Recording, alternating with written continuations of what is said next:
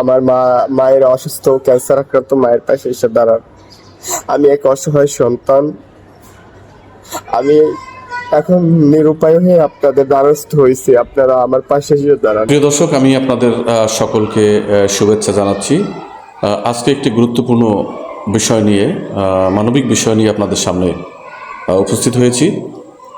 আশা করছি যে কথাগুলো বলবো, মানবিক বিষয়গুলো নিয়ে কথা বলবো, সে বিষয়গুলো আপনারা শুনবেন এবং মানবতার দিক থেকে আপনাদের যদি কোনো করণীয় বিষয় থাকে, যদি কোনো নৈতিক দায়িত্ব থাকে, সেই বিষয়টি আপনারা দেখার চেষ্টা করবেন, পালন করবেন।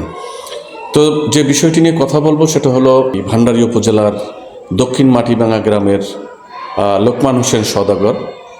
তার মা গুরুতর ক্যান্সারে আক্রান্ত। লোকমান সওদাগর ইতিমধ্যেই বিভিন্ন সামাজিক মিডিয়ায় তার যে বক্তব্য, তার আকুতি, মায়ের জন্য তার যে দরদ, মায়ের জন্য যে শ্রদ্ধা, মায়ের জন্য যে ভালোবাসা, মায়ের জন্য যে কান্না, মায়ের জন্য যে আবেগ, সেটি তার ভাষায় প্রকাশ করেছে। দীর্ঘ 22 বছর আগে এই লোকমান হোসেন সওদাগরের বাবা, বিশেষ করে শৈশবে লোকমানের বাবা মারা যান। এই লোকমান শুধু একটি মাত্র সন্তান, তার মায়ের। মা অত্যন্ত কষ্ট করে এই সন্তানকে লেখাপড়া শিখিয়েছে। লোকমান এখন ভান্ডারী সরকারি কলেজে ম্যানেজমেন্ট বিষয়ে অনার্স 4র্থ বর্ষের ছাত্র হিসাবে সে পড়াশোনা করছে।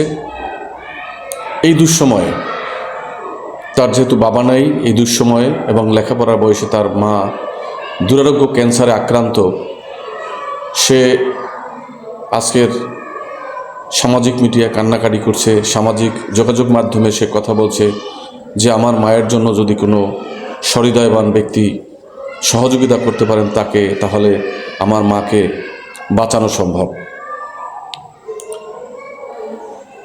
লোকমানের কান্নায় আমরা স্পষ্ট যে একজন সন্তান, একটি সন্তান তার মায়ের কাছে কতটুকু শ্রদ্ধার এবং মা সন্তানের কাছে কতটা আবেগের, সেই বিষয়টিও কিন্তু আমরা লোকমানের কান্নার মধ্যে আমরা লক্ষ্য করছি।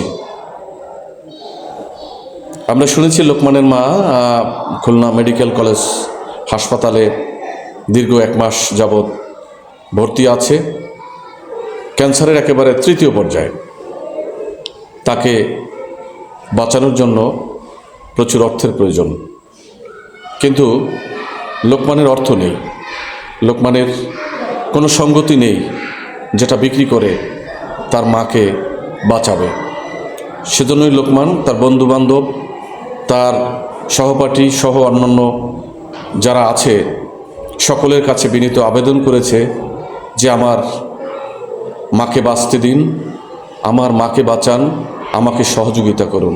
ব্যক্তিগতভাবে আমি অনুরোধ করব যারা লোকমানকে সহযোগিতা করেন, বিশেষ করে আর্তমানবতার সেবায় যারা কাজ করেন বা করতে যারা উৎসাহী, বিভিন্ন সরকারি বেসরকারি সংস্থা, ব্যক্তিগত উদ্যোগ, প্রত্যেকের কাছে আমার অনুরোধ থাকবে যাতে লোকমানের মা সুস্থ হয়ে বাড়িতে ফিরতে পারে, একটি সুস্থ মা হিসাবে তার সন্তানের দিক তাকাতে পারে।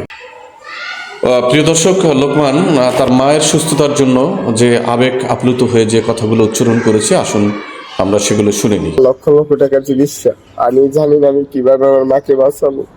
ছোটবেলায় পিতাকে হারাইছি, আমি আমার মাতাকে হারাতে চাই না। আপনারা আমার পাশে এসে দাঁড়ান, আপনাদের কাছে আকুল আবেদন। আমার এখন দেয়ালে পিঠ ঠেকে গেছে, আমি যতক্ষণ পারছি নিজের আত্মসম্মান নিয়ে থাকছি, কারোর কাছে কিছু বলি নাই। আপনাদের কাছে বলবো, আপনারা আমার পাশে এসে দাঁড়ান। আমার মারি নিয়ে আমি খুব খারাপ পরিস্থিতিতে আছি, আমি অনেক বাজে অবস্থায় আছি ভাই, আপনারা আমার পাশে এসে দাঁড়ান। আমার যোগাযোগ নাম্বার এবং বিকাশ নাম্বার 017766585554। আপনারা চাইলে যোগাযোগ করতে পারেন। আর আমি ভান্ডারিয়ারই ছেলে আপনাদের। প্রিয় দর্শক, আমি আগেও লোকমান সওদাগরের কথা বলেছি যে লোকমান সওদাগরের মা দুরারোগ্য ক্যান্সারে আক্রান্ত। তো লোকমান যে বিদ্যালয়ে পড়াশোনা করেছে মাধ্যমিক বিদ্যালয়ে, তার বাড়ি থেকে নিকটতম একটি মাধ্যমিক বিদ্যালয় নয়াখালী মাটিভাঙ্গা মাধ্যমিক বিদ্যালয়। আমি এই বিদ্যালয়ের প্রধান শিক্ষক জনাব হুমায়ুন কবির, ওনার সাথে কথা বলছি লোকমানের মায়ের সহযোগিতার জন্য একজন শিক্ষক হিসাবে আমরা কি দায়িত্ব পালন করতে পারি, আমরা সামাজিক মানুষ হিসাবে আমাদের কি দায়িত্ববোধ রয়েছে সে বিষয়টি নিয়ে আমি এই প্রধান শিক্ষকের সাথে আলাপ করছি। স্যার, এই লোকমান আপনার ছাত্র, লোকমানের মা দুরোগ্য ক্যান্সারে আক্রান্ত, আমরা কি সহযোগিতা করতে পারি তার জন্য? আমি মোহাম্মদ হুমায়ুন কবির, ভারপ্রাপ্ত প্রধান শিক্ষক, নয়াখালী মাটিভাঙ্গা মাধ্যমিক বিদ্যালয়। লোকমান হোসেন সওদাগর অর্থ প্রতিষ্ঠানের লেখাপড়া করছে, খুব মেধাবী ছাত্র ছিল, কিন্তু পারিবারিকভাবে ততটা স্বচ্ছ ছিল না। বর্তমানে তার মা দুরারোগ্য ব্যাধি ক্যান্সারে আক্রান্ত। তো যেহেতু তার ইতিপূর্বে বলছি তার আর্থিক তেমন একটা নাই যে তার মায়ের চিকিৎসাটা করাবে, তো আমি শুভাকাঙ্ক্ষী এবং সকলের প্রতি আহ্বান রাখবো যাতে আমরা সকলে উক্ত লোকমান হোসেন সওদাগরের পরিবারকে তার মায়ের চিকিৎসার জন্য আর্থিকভাবে সাহায্যের জন্য সবাই এগিয়ে আসবো, এই আহ্বান সকলের কাছে রাখছি। আচ্ছা, এই যে আপনার একজন শিক্ষক, আপনার একজন ছাত্র শিক্ষার্থী, তো শিক্ষক এবং ছাত্র হিসাবে সে এখনো কিন্তু অনার্স 4th বর্ষের ছাত্র।